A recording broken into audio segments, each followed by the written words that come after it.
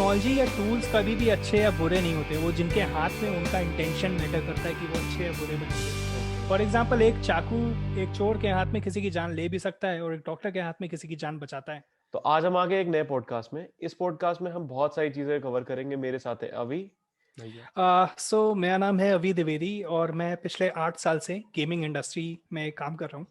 And पिछले 5 साल से I am also working in virtual reality and extended reality, which is an prospectively new term इस पे। So extended reality is basically hub और umbrella term for augmented reality, mix reality and virtual reality. इसमें और भी बहुत सारे elements होते हैं, जैसे कि 360 वीडियोज आपने देखे होंगे, बहुत सारे रोलर कोस्टर वीडियो देखा होगा आपने अगर कार्डबोर्ड यूज करा है तो उस पे। सो वॉल्यूमेट्रिक वीडियोस भी उस तरह से एक नई टेक्नोलॉजी है जो बिल्ड करी जा रही है। इस तरह के बहुत सारी टेक्नोलॉजीज का एक हब होता है जिसे एक्सआर कहते हैं। So I am an specialist of that. So अभी भाई, आज हम इस पॉडकास्ट में क्या क्या चीजें कवर करने वाले हैं? हम बहुत सारे एक्सटेंडेड रियलिटी टेक्नोलॉजी और एक्सटेंडेड रियलिटी इंडस्ट्री के पर्सपेक्टिव्स को कवर कर सकते हैं। इसमें तुमने बहुत सारे वर्चुअल रियलिटी हेडसेट्स के बारे में सुना होगा, आजकल न्यूज़ में काफ़ी आता है। जियो भी अपना एक हेडसेट ला रहा है, हाँ हम उसके हाँ, बारे में जियो। थोड़ी बहुत बेसिक बात कर सकते हैं। ऑलराइट। हाँ, let me know, shoot me with the plans. बहुत सारी हाइपोथेटिकल बातें भी हो सकती हैं, फिक्शनल बातें भी हो सकती हैं, क्योंकि मूवीज जैसे कि ब्लैक मिरर के कई सारी सीरीज में वर्चुअल रियलिटी जैसी टेक्नोलॉजीज के बारे में बात करी गई है। It's a fascinating subject. अगर या एक्चुअली। इसकी फिलॉसफी में जाएं तो हम काफ़ी समय से इसकी फिलॉसफी को लेकर इंटरेस्टेड है। लाइक अगर मैट्रिक्स के बारे में बात करें, सो वो भी एक हाई लेवल का वर्चुअल रियलिटी कॉन्सेप्ट से भी उसे रिलेट करा जा सकता है, वेयर आप डिफरेंशिएट नहीं कर पाते हो कि रियल क्या है और रियल क्या नहीं है। और हम भी उसी तरफ जो है आगे बढ़ रहे हैं, उसी डायमेंशन में हम वर्चुअल रियलिटी टेक्नोलॉजीज को लेकर जा रहे हैं, वेयर डिफरेंशिएट कर पाना कि क्या एक्चुअल है, जैसे हम हाइपर रियलिस्टिक ग्राफिक्स बोलते हैं, इसे डिफरेंशिएट कर पाना मुश्किल हो जाएगा कि रियल क्या है और फेक क्या है। इसमें एआई टेक्नोलॉजीज भी किस तरीके से ग्राफिक्स को एडवांस कर रही हैं, एनवीडिया इसमें किस तरीके का काम कर रहा है, काफी सारी हम्म। चीजें हैं जिस पे हम बात कर सकते हैं आज। अच्छा, तो मेरा एक क्वेश्चन था कि जैसे ये गेमिंग इंडस्ट्रीज में जनरली जो वीआर हेडसेट्स होते हैं उससे हम गेमिंग से ज्यादा हमें पता चलता है, बट आपको क्या लगता है कि और क्या क्या सब्जेक्ट्स पे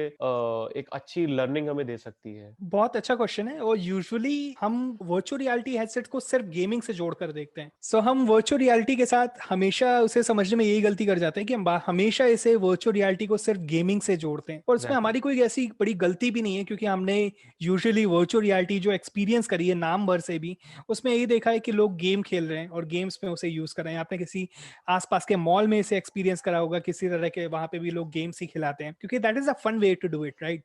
but hmm. Virtual reality is not limited to gaming. मैंने टाई ग्लोबल समिट, जो वर्ल्ड की सबसे बड़ी समिट है, वहां पर वर्चुअल रियलिटी के कि क्यों गेमिंग नहीं है इस चीज पे बोला था। मेरा पूरा कन्वर्सेशन इसी चीज की तरफ टारगेट है कि वर्चुअल रियलिटी का बिजनेस में किस तरीके से इस्तेमाल करा जा सकता है, क्या क्या चीजें करी जा सकती, और कैसे existing technologies, existing companies like Google, Microsoft, Facebook, ये सभी कंपनीज और भी बहुत बड़ी बड़ी कंपनीज इसका इस्तेमाल कर रही हैं बिजनेस से रिलेटेड प्रोडक्ट्स वगैरह बनाने में। 2020 में हमने स्पेशली देखा कि सारा वर्किंग स्पेस जो था वो ऑनलाइन शिफ्ट हो गया। ना हम्म। सिर्फ ऑनलाइन, हमें एक वर्चुअल कोलैबोरेशन टूल्स जैसे कि एक जूम है, बट जूम में बहुत सारी चीजें नहीं भी हो पाती हैं। क्या हम वर्चुअल रियलिटी में एक मीटिंग रूम्स क्रिएट कर सकते हैं जिसमें लोग आकर आपस में मीटिंग करेंगे, जैसे एक वर्चुअल ऑफिस? ये ऐसे ऐसी टेक्नोलॉजीज ऑलरेडी एग्जिस्ट कर रही हैं। You can search for spatial VR and you can search for collab VR. These are the tools जिन पे इस तरीके के कॉन्सेप्ट्स ऑलरेडी एग्जिस्ट कर रहे हैं। वर्चुअल रियलिटी पे सोशल प्लेटफॉर्म्स लोग बिल्ड करते हैं। सोशल यानी कि लोग जाके एक दूसरे से मिलते हैं, पार्टीज करते हैं। आर्ट स्पेस वीआर करके एक प्लेटफॉर्म है जहां पे मैंने एक पिटबुल का कॉन्सर्ट जो है अटेंड करा था इन 2020 ओके। पैंडेमिक। हाँ, तो पिटबुल जैसा आर्टिस्ट वहां पे आके अब कॉन्सर्ट दे रहा है। उस पे मैंने भी काफी सेशंस करे हैं। एजुकेटर्स इन वीआर करके एक कम्युनिटी है जो वर्चुअल रियलिटी एजुकेटर्स की वर्ल्ड में सबसे बड़ी कम्युनिटी है। अभी 30 तारीख को मेरा भी उस पर एक सेशन है, रात के 2:30 बजे मैं जाग के वो सेशन दूंगा, क्योंकि वो इतना वैल्यूएबल है। मैं इंडिया का पहला बंदा होने वाला हूँ जो वो सेशन वहां पे देगा, वर्चुअल रियलिटी में एजुकेट करेगा वर्चुअल रियलिटी के अंदर बैठ के। पहले भी मैंने ओके। छोटे मोटे सेशंस करे हैं, but this time it's going to be big. The topic I am going to choose is very very rare. इस तरीके के वर्चुअल रियलिटी से लोग एजुकेट कर रहे हैं। एजुकेटर्स इन वीआर कम्युनिटी के बारे में तुम सर्च कर सकते हो। इसके अलावा मिलिट्री ट्रेनिंग ऑब्वियसली इसमें बहुत ज़्यादा इस्तेमाल में, किसी भी तरह का सिमुलेशन करा जा सकता है। सिमुलेशन यानी कि हम रियल वर्ल्ड के किसी भी फिजिकल फिनोमिना फिनोमेना को किस तरीके से कन्वर्ट कर सकते हैं और उसकी एक कॉपी बना सकते हैं, एक रेप्लिका बना सकते हैं वर्चुअल रियलिटी में, और उसे री एक्सपीरियंस कर सकते हैं, रीलिव कर सकते हैं एक मोमेंट को। हाँ, हाँ। इनफैक्ट दोस्त ने, जिसका नाम है लूकस रिजोटो, इसने तो एक पूरी टाइम मशीन बनाई है वर्चुअल रियलिटी पे। इनफैक्ट इसने अपने एक्सपीरियंसेस को 1 साल तक रिकॉर्ड करा और फिर उन्हीं एक्सपीरियंसेस को रीलिव करा वर्चुअल रियलिटी में। So that's how our future is gonna look like. Black Mirror के एक एपिसोड में भी यही होता है, आप अपनी मेमोरीज को रिविजिट करते हो। सो इस तरीके के कॉन्सेप्ट्स वर्चुअल रियलिटी पे बनाए गए हैं।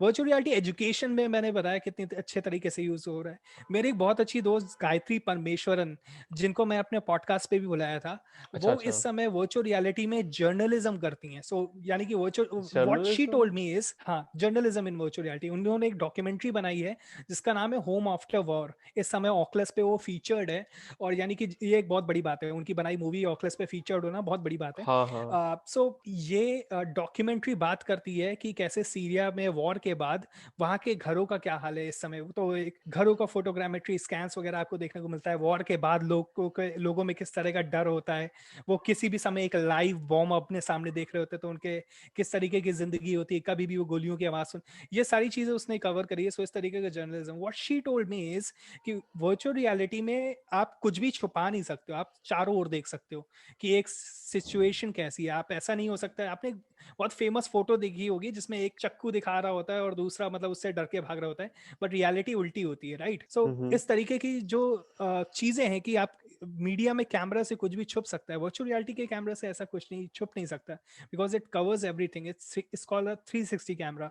ये पूरी चारों ओर की रियलिटी को कैप्चर करता है। सो जर्नलिज्म में इसका यूज है। हाँ, मैं एक चीज़ कह रहा था या ये मेडिकली यूज़ हो सकता है, मतलब फॉर मेडिकल पर्पस लर्निंग के बिल्कुल लिए? बिल्कुल। सो मैंने खुद एक कंपनी के साथ 3 साल तक काम करा है as a medical imaging scientist, और कंपनी का नाम है Immersive Touch. So okay. Immersive Touch के बारे में अगर तुम थोड़ा सर्च करो तो वो वर्चुअल रियलिटी टूल्स बनाते हैं जो डॉक्टर्स को हेल्प करते हैं एक सर्जरी को प्री प्लान करने में। किसी भी सर्जरी में इंसर्शन के कुछ ही तरीके होते हैं, डॉक्टर्स एक्चुअली पेशेंट्स के वर्चुअल रियलिटी मॉडल्स के साथ ये कंपेयर कर सकते हैं, और ये सारे मॉडल्स एल्गोरिथम्स के थ्रू जनरेट होते हैं, ये हाथ से नहीं बनाए जाते। हुँ, सो ये हुँ। एआई एक उस मॉडल को क्रिएट करता है। सो डॉक्टर्स कंपेयर कर सकते हैं कि 3 तरीकों में से बेस्ट तरीका कौन सा है सर्जरी को करने का। 3 मैं एज एग्जांपल दे रहा हूँ, बहुत ही लिमिटेड वेज होते हैं किसी सर्जरी को परफॉर्म करने के। डॉक्टर उन सभी तरीकों के बीच में कंपैरिजन कर सकते हैं, बहुत तरीके के मेजरमेंट्स और बहुत सारी चीजें कर सकते हैं। इनफैक्ट मेरे एक बहुत अच्छे दोस्त और बहुत profound doctor, doctor Shafi Ahmad का मैंने पॉडकास्ट पे उन्हें बुलाया है। वो साल 2008 से virtual reality and augmented reality चीज़ों का, उन्होंने गूगल लेंस पे एक सर्जरी करी है जो वर्ल्ड की first Google lens open heart surgery हुई है। सो इस तरीके के बहुत सारे डॉक्टर्स हैं। डॉक्टर शाफी अहमद कमाल का काम कर रहे हैं इस समय, हॉलो लेंस पे उन्होंने काफ़ी सर्जरीज करी हैं। ओके। इस समय वो डॉक्टर्स को एजुकेट कर रहे हैं कि फ्यूचर के इन टूल्स का किस तरीके से इस्तेमाल करें। सो या एक बेसिकली उससे काफ़ी ईज़ी हो जाएगी चीज़ें, क्योंकि तुम्हें वर्चुअली चीज़ें दिख रही होंगी। जब हम वर्चुअल रियलिटी को सिर्फ एप्लीकेशंस के साथ जोड़ के देखते हैं, हुँ, हुँ। जैसे कि तुम भी हैरान हुई इस बात पे कि क्या जर्नलिज्म भी होता है, ऐसे कैसे हो सकता है? तो हाँ, हाँ। हम वर्चुअल रियलिटी को सिर्फ एप्लीकेशन के साथ जोड़ के नहीं देखते हैं। जो भी वर्चुअल रियलिटी क्रिएटर्स होते हैं वो उसको एक मीडियम की तरह से देखते हैं। जैसे तुम्हारा टेलीविजन एक मीडियम हुआ करता था, है ना?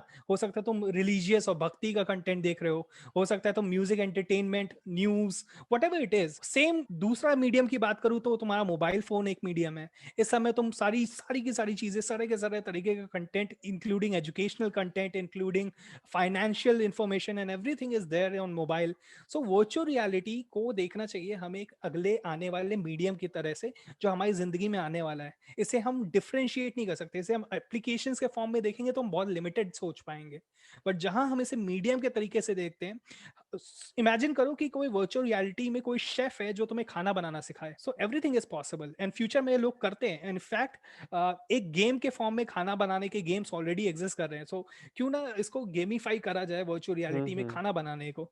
इट विल बिकम इंटरेस्टिंग और लोग जल्दी सीखेंगे कि वर्चुअल रियलिटी में को हम लोग हाँ, जो क्योंकि करते हैं इसे बोलते हैं हाँ, जैसे कुछ एक्सपीरियंशियल लर्निंग, हाँ, जैसे राइट? कई मूवीज़ वगैरह मैंने देखी, इनफैक्ट रोबोट उसमें दिखाते हैं ना कि वर्चुअली उसका जो पर्सन होता है जिसने बनाया होता है वो उसके बिल्कुल सामने आ जाता है स्क्रीन में। तो that's how this will be like, तुमने जैसे बताया कि ये शेफ़ वाला बताया, तो मे बी या शेफ़ तुम्हें साथ-साथ ट्रेन कर सकता हो। उसे तुम लाइव देखते रहोगे अपनी आई एग्जैक्टली से। अच्छा, ये जो हेडसेट होते हैं, जैसे एग्जैक्टली मैंने देखा आज एआर हेडसेट एक होता है वीआर जिसमें कि तुम पूरा प्रॉपर्ली वर्चुअली चले जाते हो, राइट? एंड जो एआर होता है उसमें तुम आधा वर्चुअल होते हो और हाफ, मतलब तुम जो सामने देख रहे हो उसी में ही चीजें आ जाती हैं। जैसे स्नैपचैट में कुछ फीचर्स होते हैं, तो I think Snapchat could be a good right. Example for AR, right? Virtual reality तुमने ऑलरेडी बता दिया कि आप कंप्लीटली इमर्सिव होते हो। इमर्सिव है वो शब्द जो हम लोग यूज करते हैं, यानी कि हम्म। आपके कानों को हैक कर लेते हैं ऑडियो के थ्रू, आपकी हाँ, आंखों हाँ। को हैक कर लेते हैं वीडियो के थ्रू,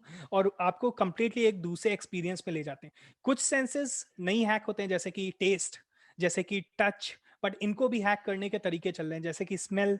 सो ये सभी तरीकों पे भी काम चल रहा है कि किस तरीके से तुम्हारे हाँ, सभी सेंसेस, पांचों सेंसेस सेंसर्स। को को हैक करके हम किस तरीके से तुम्हें कंप्लीटली इमर्स कर दें। सो वर्चुअल रियलिटी का गोल यही है, इमर्स करना। एंड दूसरा हम बात करते हैं ऑगमेंटेड रियलिटी की। इनफैक्ट मैंने जो है वीआर हेडसेट को एक्सपीरियंस करा है। एक जगह मैं गया था हैदराबाद में। सो हम्म। उधर वो रोलर कोस्टर टाइप का बन था उधर पूरा, तो मुझे वीआर हम्म। हेडसेट पहना था। And then I was feeling कि मुझे एक तो प्लस साउंड वाला जैसा तुमने बताया वो आ रहा था, एंड देन प्लस वो एक्सपीरियंस हो रहा था कि मैं एक रोलर कोस्टर में बैठा हुआ हूँ, और जो सारे इफेक्ट्स थे वो बेसिकली एक मशीन टाइप की थी जिसके ऊपर मैं बैठा था। एंड देन वो हम्म। अप्स एंड डाउन हो रही थी। प्लस सेकंड चीज उसमें ये थी कि मैं वो रोलर कोस्टर की डिजाइनिंग खुद से कर सकता था, तो उसमें ये भी फीचर था। एग्जैक्टली, हाँ। तो हाँ। That was literally amazing. एक और हाँ। चीज मैं ऐड करना चाहूंगा, सिर्फ हम तुम्हारे बॉडी परसेप्शन और इन सब चीजों को हैक कर रहे होते हैं, बट अगर तुम सपोज उस मूविंग वाली चेयर पे नहीं भी होते, तो भी तुम्हें क्या एक्सपीरियंस करने को मिलता है कि जैसे ही तुम मोशन कर रहे हो, एक्सेलरेशन कर रहे हो, तुम्हें एक डिसओरिएंटेशन मिलता है between your eyes and your ears, और तुम्हें थोड़े चक्कर से आते हैं, और इसको हम लोग बोलते हैं नॉजिया। और ये वर्चुअल रियलिटी में स्टार्टिंग में लोगों को होता है, अगर गलत तरीके से, जैसे रोलर कोस्टर वगैरह एक बहुत गलत तरीके का एक्सपीरियंस डिजाइन होता है, अच्छा। और स्टार्टिंग में लोगों को इसके साथ नहीं जाना चाहिए। सो इसके बारे में भी मैंने बहुत सेशंस में बात करी है। इसको हम लोग वर्चुअल रियलिटी एथिक्स में कवर करते हैं कि किस तरीके से वर्चुअल रियलिटी एक्सपीरियंसेस को डिजाइन करना चाहिए। So okay. ये एक प्रॉब्लम है जिसके लिए एप्पल इस समय काफी ज्यादा इन्वेस्ट कर रहा है। सो एप्पल को पता है कि अगर थोड़ा भी एक्सपीरियंस में प्रॉब्लम होता है, अगर लोगों को चक्कर आने लगे तुम्हारी डिवाइस को पहन के, तो लोग क्यों उसे परचेज करेंगे, राइट? सो इस पे एप्पल इस समय बहुत ज़्यादा स्ट्रिक्टली काम कर रहा है, और इसके साथ आने वाला है। इनफैक्ट मार्क रॉबर के साथ मिलके उन्होंने कई डिज़ाइंस पे काम करा है जो मोशन सिकनेस से फाइट करती हैं। सो अच्छा। इसके बारे में मैंने एक वर्चुअल रियलिटी के बारे में इस रिसर्च के बारे में एक वीडियो कवर करा है। Let's come to the AR thing. ये एआर ऑगमेंटेड रियलिटी, इसमें क्या डिफरेंस रहता है वीआर एंड एआर से? एआर का कॉन्सेप्ट यार कम्प्लीटली डिफरेंट होता है। अच्छा। Augmented reality basically virtual reality ही है, बट तुम वर्चुअल रियलिटी में लोगों को वर्चुअल कंटेंट के अंदर ले जाते हो, और ऑगमेंटेड रियलिटी का गोल होता है कि तुम जो कंटेंट है, वर्चुअल कंटेंट, उसको तुम रियल वर्ल्ड में लेके आओ। सो फॉर एग्जाम्पल, अगर मैं बात करूँ स्नैपचैट फिल्टर्स की, तो उसमें वो कुत्ते वाले कान एक वर्चुअल ऑब्जेक्ट्स हैं जो तुम्हारे सर के ऊपर लग जाते हैं, राइट? एक वर्चुअल ऑब्जेक्ट एक रियल वर्ल्ड पे एड ऑन हो रहा है, पेस्ट हो रहा हाँ। है, ठीक है? तो ये ऑगमेंटेड रियलिटी होता है। हाँ, या और जैसे मिक्स अगर रियलिटी, कैमरा तुम लगा मतलब कहीं साइड पे अपना रियर कैमरा से तुम कर रहे हो, तो कुछ सामान वामान आ जाता है या कुछ गेम टॉयज, मतलब तुम कुछ भी चीजें ऐड ऑन कर सकते हो, और वो उसे बिल्कुल बेस्ट ऐड ऑन होता है जैसे सरफेस में तुम्हारा हो रहा है। लाइक कोई मे बी लॉयन एक ऐड ऑन हो रहा है, तुम सामने खड़े हो, तुम्हारे सामने एक लॉयन खड़ा है, एंड देन बिल्कुल उसके एक अलग बिल्कुल से इफेक्ट्स आ रहे हैं, राइट? बिल्कुल। तो ये है ऑगमेंटेड रियलिटी। मिक्स रियलिटी, अब तुम पूछोगे कि क्या है, तो मिक्स रियलिटी बहुत ज़्यादा डिफरेंट नहीं होता है ऑगमेंटेड रियलिटी से। अच्छा। मिक्स रियलिटी बेसिकली जब हम एक मोबाइल फ़ोन का इस्तेमाल कर रहे हैं, हैंड हेल्ड डिवाइस है ये, हाथ में पकड़ के तुम मोबाइल फ़ोन और आईपैड यूज़ करते हो, तो उसे ऑगमेंटेड रियलिटी बोलते हैं। पर जब इसी को तुम सर पे पहन लेते हो, राइट, और सर पे पहनने वाले जिसे HMD बोलते हैं, हेड माउंटेड डिस्प्ले, तो उस केस में सेम ऑगमेंटेड रियलिटी एक्सपीरियंसेस को हम मिक्स रियलिटी बोलते हैं। सो और कोई इसके अलावा टेक्निकल डिफरेंस नहीं है। ये काफी सिमिलर टर्म्स है, augmented reality and mix reality. In fact ये जो मिक्स रियलिटी टर्म है, ये 2015 में जब जो माइक्रोसॉफ्ट ने अपना हॉलोलेंस लेके आए, हॉलोलेंस 1, उसके साथ ही ये मिक्स रियलिटी टर्म भी लेके ये आए। होलोलेंस क्या था? मतलब थोड़ा बताओ इसके बारे में। होलोलेंस माइक्रोसॉफ्ट का एक डिवाइस है जो इस समय सबसे एडवांस मिक्स रियलिटी डिवाइस है वर्ल्ड का। अच्छा। स्टार्टिंग में इन्होंने कोशिश करी कि इसे कंज्यूमर रेडी प्रोडक्ट बना के बेचें, बट ऑब्वियसली प्रोडक्ट में कुछ कमियां थी, जैसे कि FOV यानी कि फील्ड ऑफ व्यू थोड़ा सा कम था, काफ़ी नैरो फील्ड ऑफ व्यू के साथ ये आया, तो लोगों की एक्सपेक्टेशन थोड़े पे उतना उतर नहीं पाया कंज्यूमर लेवल पे। हालाँकि जो इंडस्ट्रियल यूज़ केस हैं, उसमें लोग समझते हैं कि इंडस्ट्री में किस तरीके से इसका इस्तेमाल करा जा सकता है। तो इंडस्ट्री के केस में ये अच्छा चला। इस कारण इसका जो वर्ज़न 2 है हॉलोलेंस 2 वो केवल इंडस्ट्री के लिए आया, वो नॉर्मल कंज़्यूमर के लिए आया भी नहीं। मैंने हॉलोलेंस 2 पे काफ़ी काम करा है and it is related to industrial purposes. उसका वो 305,000 सॉरी $3,500 का आपको हेडसेट मिल जाता है। तो काफ़ी अच्छा हेडसेट है वो। सर ये जो रिलायंस का जियो हेडसेट वो जो उनके प्लान्स है उनका क्या मतलब, हुँ। मैंने उनका एक ये अटेंड भी करा था सेमिनार बट मुझे एक कुछ, हाँ। अच्छा कहाँ पे करा था? अरे भाई यूट्यूब में मुंबई? लाइव आया था अच्छा भाई। यूट्यूब वाला, ओके, हाँ गॉट इट, या ऑसम। सो इस समय मैंने इसलिए पूछा क्योंकि ये फरवरी में ही रिलायंस के 3 डेवलपर कॉन्फ्रेंस भी हो रहे हैं। सो मुंबई में एक हो चुका है और उसके अलावा बैंगलोर में एक हो चुका है। सो इन इन कॉन्फ्रेंसेस में बेसिकली डेवलपर्स को टारगेट कर रहे हैं कि किस तरीके से प्लेटफॉर्म पे इकोसिस्टम पे और डेवलपर्स आके इसके लिए और कंटेंट प्रोड्यूस करें। मेरी कंपनी ने ऑलरेडी इसके लिए 2 एप्लीकेशंस प्रोड्यूस करे हैं। एक कुछ गेम है और एक एप्लीकेशन है। I cannot talk much about them, but they are interesting, or okay. I think people are gonna love that. हाँ, सो बेसिकली मेरा एक क्वेश्चन ये है कि जो कंज्यूमर्स होंगे वो Hmm. आखिर इस चीजों से क्या-क्या बेनिफिट ले सकते हैं अपनी लाइफ में, and like why would they invest on these thing, और क्यों हमें जानना चाहिए इसके बारे में? सो जैसा कि मैंने बताया कि एक नेक्स्ट तरीके का मीडियम होने वाला है, यानी कि इस पे किसी भी तरह का कंटेंट जो है वो कंज्यूम करा जा सकता है। सो एक कंज्यूमर के लिए ये इस तरीके से प्रेजेंट करा जाएगा जैसे आपको इसकी नेसेसिटी हो और आसपास के लोग लेने लग जाएंगे। सो इस तरीके से मार्केटिंग बेसिकली इसकी करी जाएगी, जैसे आपसे ज़रूरी चीज़ें इस पे आने वाली है, जैसे कि बैंकिंग सिस्टम्स कम्प्लीटली इस पे आने वाले हैं। जो बैंकिंग सिस्टम कैसे आ रिटेल, सकते हैं? हाँ मतलब हाँ, मैंने अक्षय राठौर के साथ एक पॉडकास्ट करा है एंड हाँ, हाँ। Look at that podcast. उसमें उसने एक्सप्लेन करा है कैसे बैंकिंग सिस्टम वर्चुअल रियलिटी पे आएंगे। Okay. So also let's also talk about कि किस तरीके से सारा एजुकेशन इस पे बेटर तरीके से हो सकता है। बहुत सारी ऐसी चीज़ें हैं, जैसे स्पेसिफिकली बात करें तो ऑगमेंटेड रियलिटी के केस में आप जो लैब्स होते हैं, यानी कि केमिस्ट्री लैब्स स्पेसिफिकली, वहाँ पे बच्चों को ले जाना काफ़ी रिस्की होता है। तो अगर उसमें किसी बच्चे को ले जाते हैं तो केमिकल से जल सकता है। दूसरा, हाँ, हाँ। पर 20 बच्चों के या 30 बच्चों के ग्रुप पे एक टीचर जाता है तो वो सबको कैसे नजर रखेगा, तो हुँ, हादसों हुँ। की संभावना रहती है केमिस्ट्री लैब्स में। सो इस तरीके के केमिस्ट्री एक्सपीरियंसेस को वर्चुअल रियलिटी में कन्वर्ट करा जा सकता है, जिससे बहुत सारे बच्चे बिना किसी रिस्क के साथ कई सारी चीजें एक्सपीरियंशियल लर्निंग के साथ सीख सकते हैं। सो बट आई गेस वो ऐसे स्मेल वाला पार्ट कैसे करेंगे? मतलब वो देख सकते हैं, ठीक है। वो उसके कलर हम्म वाले जो चेंजेस होंगे वो भी पूरा बन सकता है, ठीक हम्म है। बट स्मेल वाला पार्ट कैसे आएगा? एंड देन या सो हम उसके लिए क्या करेंगे, हम स्क्रीन पे एक प्रॉम्प्ट करेंगे, इट स्मेल्स लाइक दिस, ठीक है, या it smells like onion, something like that. अच्छा। वो ठीक है, उसको सपोज फ़ील तो नहीं करा पाएँगे मतलब? फील नहीं करा पाएंगे, बट हम उसमें लिख देंगे कि और हाईलाइट कर देंगे कि ओके। इसका स्मेल कैसा है, हाँ। और इमेजिनेशन पे छोड़ देंगे। तो अगर टेक्स्ट बुक्स की बात करें तो वो तो तुम्हारे सभी कुछ इमेजिनेशन पे छोड़ देती हैं, हुँ, राइट। हुँ। सो मतलब इतना सारा कंटेंट इस पे आ जाएगा कि और वो कंटेंट तुम्हारे लिए बहुत वैल्यूएबल होगा, और बदले में जो कॉस्ट होगी टेक्नोलॉजी की वो कम होती ही जा रही है। फॉर एग्जाम्पल यूएस में ऑलरेडी लोगों ने परचेज करना इसलिए शुरू कर दिया है क्योंकि फेसबुक से बहुत ज्यादा सब्सिडाइज कर दिया है। $300 में तुम एक हेडसेट खरीद सकते हो। यूएस में $300 इज काफी इजी, मतलब मोबाइल हुँ, उससे महंगा हुँ। होता है। अगर मैं आईफोन की बात करूं दैट इज $1000। सो चा कंपेरेटिवली इंडिया में थोड़ा महंगा पड़ता है, बट इंडिया में हंड्रेड हाँ, परसेंट उस पर सब्सिडी और टैक्स और ये सब तो लग जाता है।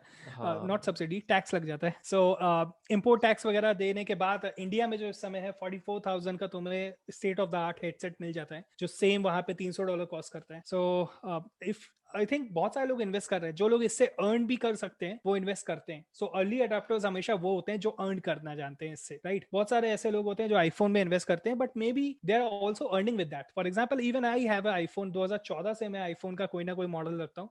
रीजन बिंग कि मैं एक डेवलपर हूँ और मुझे लेटेस्ट टेक्नोलॉजी के साथ अपडेट रहना पड़ता है। अगर मैं नहीं रहूँ तो मतलब मेरा लॉस है, तो इस कारण मैं लेता ही हूँ। हाँ, हाँ, मैं I am getting you, so so this that is how इसको हम यूजफुल बना देंगे। इसको इसमें तुम्हें एक्चुअल वैल्यू मिलेगी। बट इट्स नॉट लाइक कि बट केवल हाँ, गेम हाँ। खेल सकते हो। हाँ, हम्म, ये सारे तो पॉइंट्स हो गए पॉजिटिव पॉइंट्स की, मतलब इनसे क्या-क्या चीज़ें हो सकती हैं, कितनी हमारी एक अच्छी लर्निंग हो सकती है, जिससे हम ज़्यादा से ज़्यादा चीज़ें ग्रैब कर पाएँ और एक बिल्कुल अच्छे नए तरीके से हम चीज़ें सीख पाएँ बेटर तरीके से, राइट? बिल्कुल। बट अगर इसका एक डार्क साइड देखा जाए तो उसमें ये चीज़ कैसे हार्म कर सकती है? जैसे कि आज के वर्ल्ड में ये इंस्टाग्राम वगैरह या समथिंग लाइक दैट हो गई, जो मैं ये सोशल डिलेमा की बात करना चाह रहा था। तो इससे एक हमारे एक बहुत ही लाइक हम सोशली कनेक्ट की जगह थोड़े से डिस्कनेक्ट भी हो गए आज के वर्ल्ड में, जो मुझे लगता है कि सोशल मीडिया का काफी इफेक्ट पड़ा है। तो कुछ इसका भी इफेक्ट्स होंगे जो तुम्हें लाइक लगते होंगे तुम्हें, तो उन चीजों के बारे आई में। कम हाँ। I completely agree with that, but इस पे जो इंट्रैक्शंस होंगे वो काफी डिफरेंट होंगे। अच्छा। Let me tell you how. जो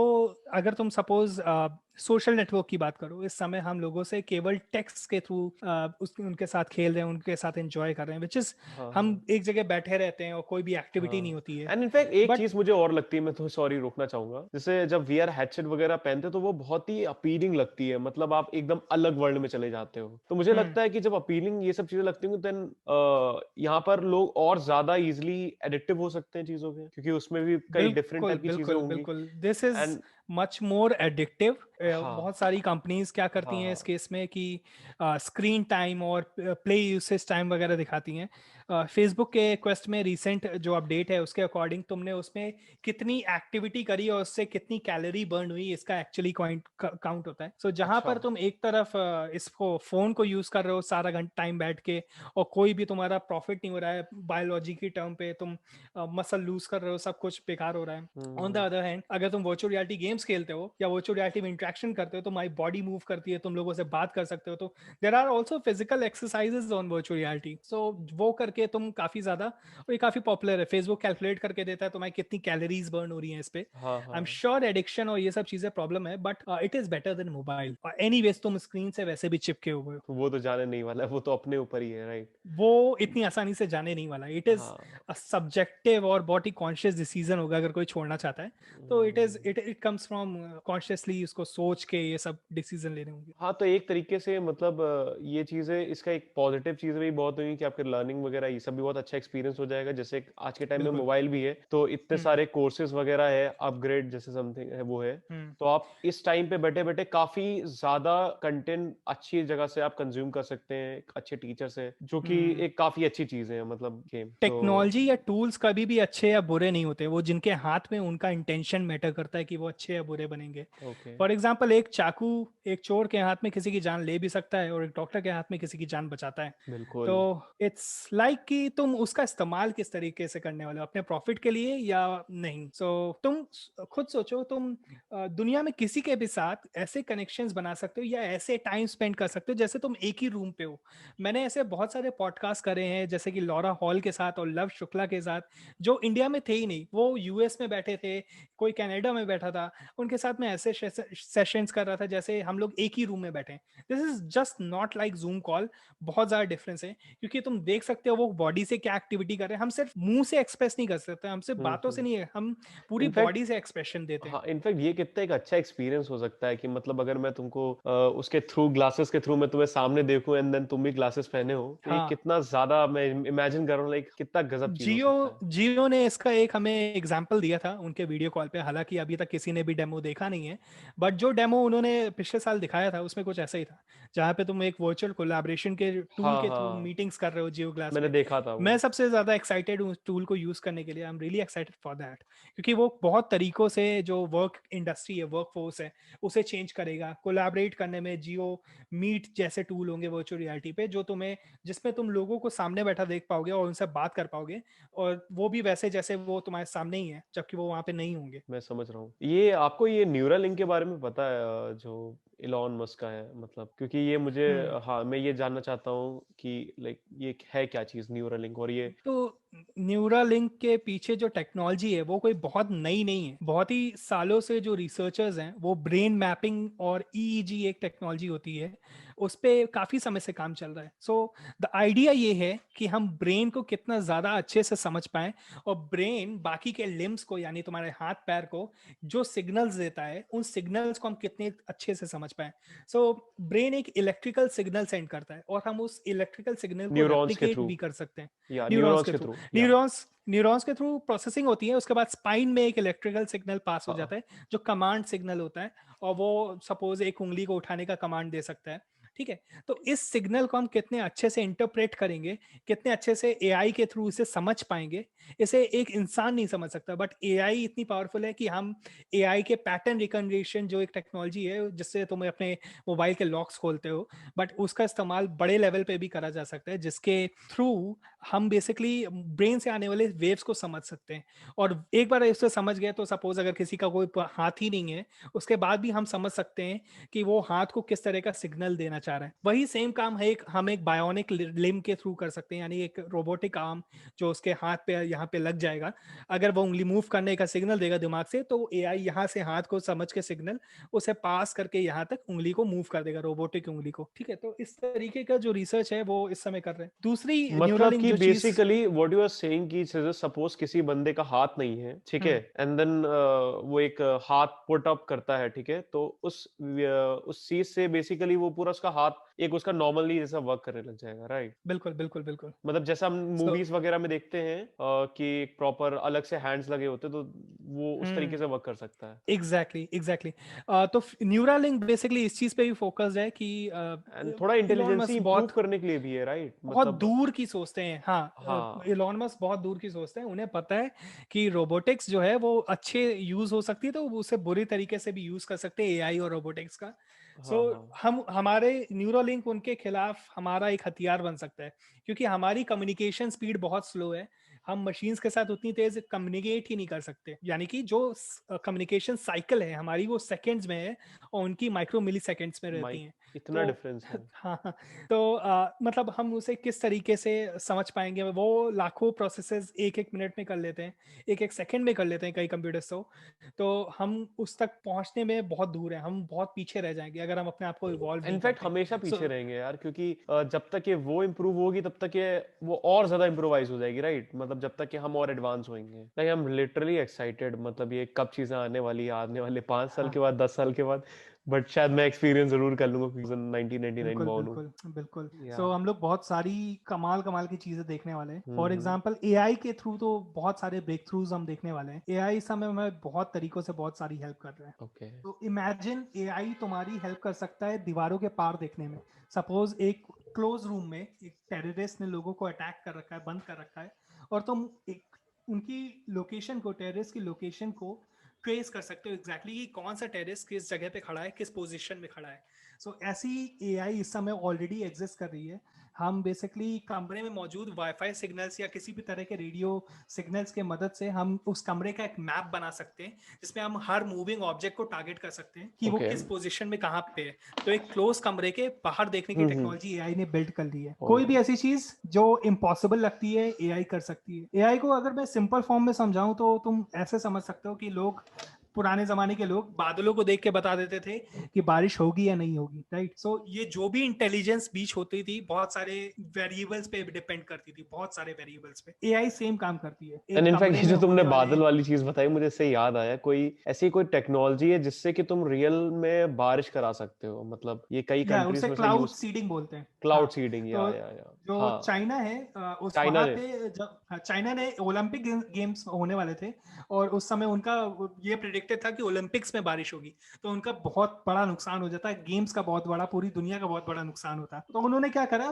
बारिश थोड़ी जल्दी करा दी। हम बारिश को डिले नहीं करा सकते क्लाउड सीडिंग से, बट जल्दी करा देते हैं। सो बेसिकली क्या होता है, थोड़ा सॉल्ट फिल्ड केमिकल होता है, और भी उसमें केमिकल्स होते हैं। सो आयंस फील्ड केमिकल जो होता है वो बादलों में छिड़का जाता है जहाजों के थ्रू, जिससे बादल को खांसी आ जाती है और वो बारिश जल्दी कर देता है। यार I am just kidding. Super. मैं समझ रहा हूँ, मतलब लाइक वो रिएक्ट कर जाते हैं बेसिकली, एंड देन वो जल्दी चीज कर देते हैं। हाँ हाँ, उनका प्रोसेस जल्दी बादल हो जाता है। जल्दी कंडेंस हो जाते हैं और वो बारिश कर देते हैं। इंटरेस्टिंग यार, ये चीज काफी ज्यादा, तो या सो मतलब क्लाउड काफी। सीडिंग बहुत कमाल की चीज है, इंडिया में भी बहुत यूज होती है क्लाउड सीडिंग। ऐसा नहीं कि केवल चाइना ने करी है, महाराष्ट्र सरकार ने हाँ, अभी इनफैक्ट ये सॉरी दिल्ली में यूज करी गई थी एक टाइम पे, शायद जब बहुत ज्यादा पॉल्यूशन हो गया था। हाँ, ऐसा एक एक करा ऐसा जाता है। पीरियड था जहां पर बहुत ओवर हम्म। पर पॉल्यूशन बढ़ अगर गया था। बादल ही ना हो, अगर बादल एग्जिस्ट कर रहे हैं तो हम बादलों को बरसने वाला बादल बना सकते हैं। पर अच्छा। अगर बादल हो ही ना तो हम नहीं कर सकते, राइट? अच्छा। तो हम अब बादल को डिले भी नहीं कर सकते, बादल को जल्दी करा सकते हैं, राइट? सो ये थोड़ी लिमिटेशन है क्लाउड सीडिंग की भी। ओके, ये नहीं कि हम लोग बादल बना दे आर्टिफिशियली। हाँ, आर्टिफिशियल बादल, आर्टिफिशियल बारिश, जब चाहे तब बारिश, ऐसा नहीं है। हम उस साइकिल को कम कर सकते हैं कि बादल जल्दी बरस जाए और ज्यादा बरसे। आप काफी चीजें हम लोग ने यहाँ पर कवर अप कर ली है इस पॉडकास्ट में। अगर कोई भी क्वेश्चंस वगैरह हो कमेंट्स में तो आप हमसे पूछ सकते हैं, हम उनके बारे में श्योरली बात करेंगे। और सारी चीजें आपको डिस्क्रिप्शन में मिल जाएंगी। इनफैक्ट अभी का जो यूट्यूब चैनल है वो भी डिस्क्रिप्शन में है, you can go check it out. So yeah thank you हर्षित मुझे होस्ट करने के लिए आज के लिए, and it was a really interesting talk, क्योंकि काफ़ी ज़्यादा मज़ा आया इस ऐसी टेक्नोलॉजी के बारे में एक्सप्रेस करने में जिसको कम लोग जानते हैं अभी। और तुम्हारा पॉडकास्ट काफ़ी अच्छा लगता है मुझे, मैंने मेडिटेशन वाला देखा था and it was really good. Thank you for hosting me on this channel, and I wish you very, very great luck with your channel. I hope it grows really big